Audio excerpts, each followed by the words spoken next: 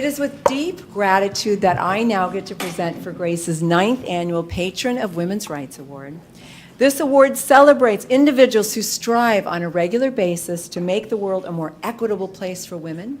Previous recipients have been Maria Shriver, California Senators Liz Figueroa and Carol Liu, Jill Kinmont, LA County Supervisor Sheila Kuehl, LA City Controller Wendy Gruhl, ABC Health Specialist Denise Dodor, and Dr. Susan Samueli. This year, I am excited to present our award to, in the words of her staffers, yes, I called them, a dynamic, insightful, big-hearted legislator who has a knack for getting involved with anything and everything she's passionate about.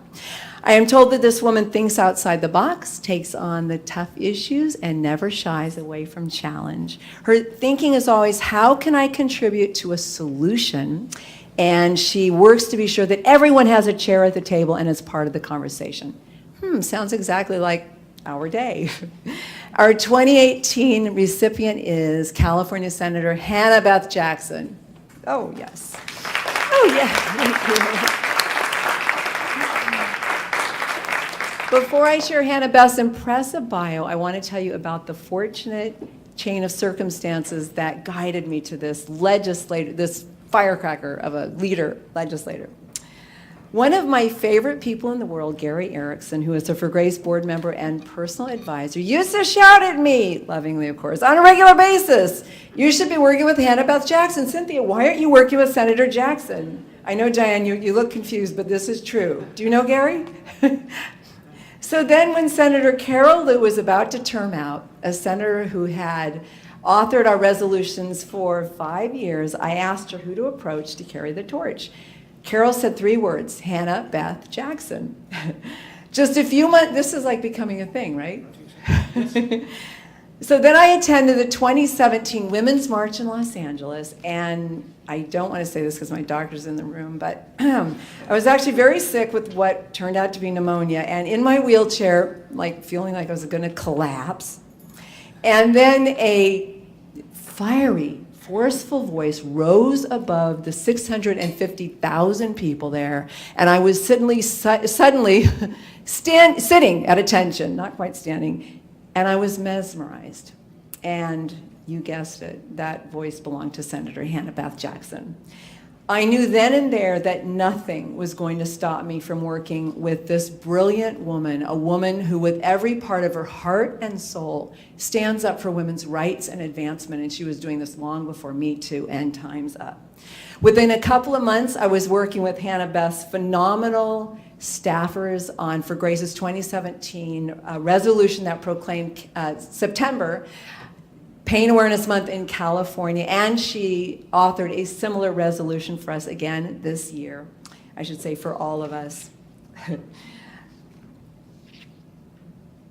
And a little birdie has told me that when Senator Jackson reads these resos on the Senate floor, the fatigued, difficult to impress legislators and staffers pay close attention. Clearly, our issue is in very capable hands in Sacramento. So that being said, Hannah-Beth Jackson is a former prosecutor and practicing attorney, educator, and small business owner. She was elected to the California State Senate in 2012 to represent the 19th Senate District. During her time in the legislature, Hannah-Beth has become known as an effective advocate for just about, as you know, everything good. So for the sake of time, I will stick to her women's issues. She is a champion for women's equality. Specifically, she authored Senate Bill 358, the California Fair Pay Act landmark legislation to strengthen California's equal pay law, and was named by Huffington Post as one of 11 women around the country blazing new trails in American politics. Wow. Not surprisingly, Hannah-Beth has received the Legislator of the Year awards from a wide range of organizations and is a recipient of the prestigious California, it's hard for me to even say it, California Women Lawyers Award, given annually to an attorney committed to effecting positive change with, quote, zest, humanity, and personal courage, who serves as a role model for women. An advocate for women's justice for more than 3 decades, Hannah-Beth helped establish the Santa Barbara Shelter Services for Women and Women Against Gun Violence. She is also a founding member and past president of the Santa Barbara Women's Political Committee, and she is immediate past chair of the California Legislative Women's Caucus. We love Hannah-Beth. So I'm fatigued just reading this. On a personal note, it's always a great pleasure to call Hannah-Beth's office because I am met with sharp, passionate staffers, good people with abundant energy to do good, including giving me great quotes about their boss. I have worked with dozens of legislative offices over the years, and I've never encountered one with higher morale and vision, and that starts at the top. Hannah-Beth called me, and unfortunately, I have shed some tears. She had an emergency and is unable to join us today, but she is going to join us on the screen. So I'll let her take over. No, John. Are we going to be vamping now? Okay. Hello, everyone. I'm State Senator Hannah-Beth Jackson, representing the 19th Senate District, which includes all of Santa Barbara County and Western Ventura County.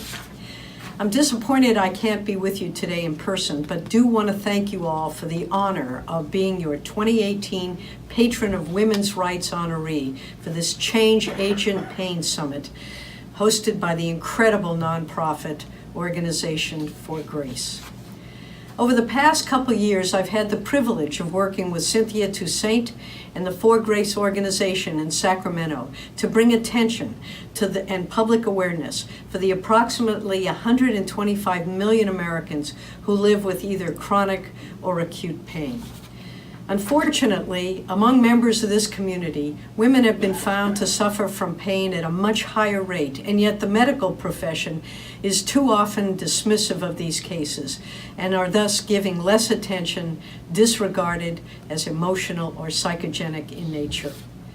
Facing these unjust realities, I want to thank and applaud all of you heroes who gathered today from prestigious schools, and other organizations and other legislative offices to continue to collaborate and think of ways to assist and be a voice for people living with chronic or acute pain. It has been my honor and privilege for the past 2 years to carry resolutions to recognize the month of September as Pain Awareness Month, and within that, a specific date as Women in Pain Awareness Day.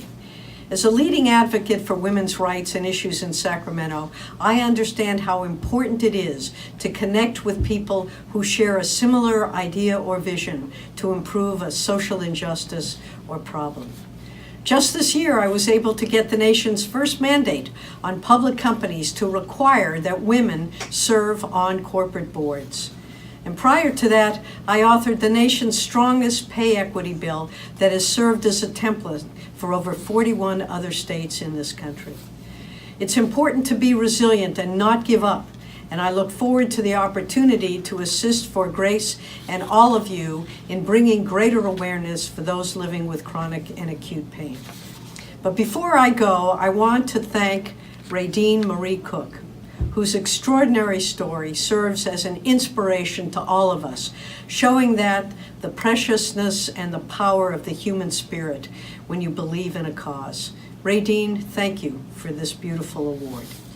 And thank you all, again, for this honor, and enjoy the rest of this wonderful summit.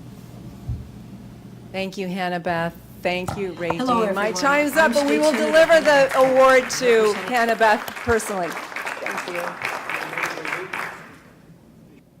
Okay, as with everything in chronic, acute or intractable pain, sometimes your plans go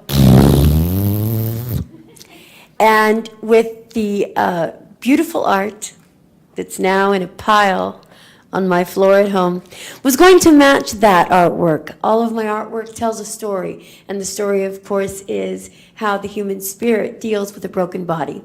So, since that one didn't work out, I did not give up, and I went to my my closet of lithographs. So, you'll find this original out there, but I touched up and double-signed this lithograph to take a little place on her wall until her original artwork is redone. This is called Pain, the Divided Soul.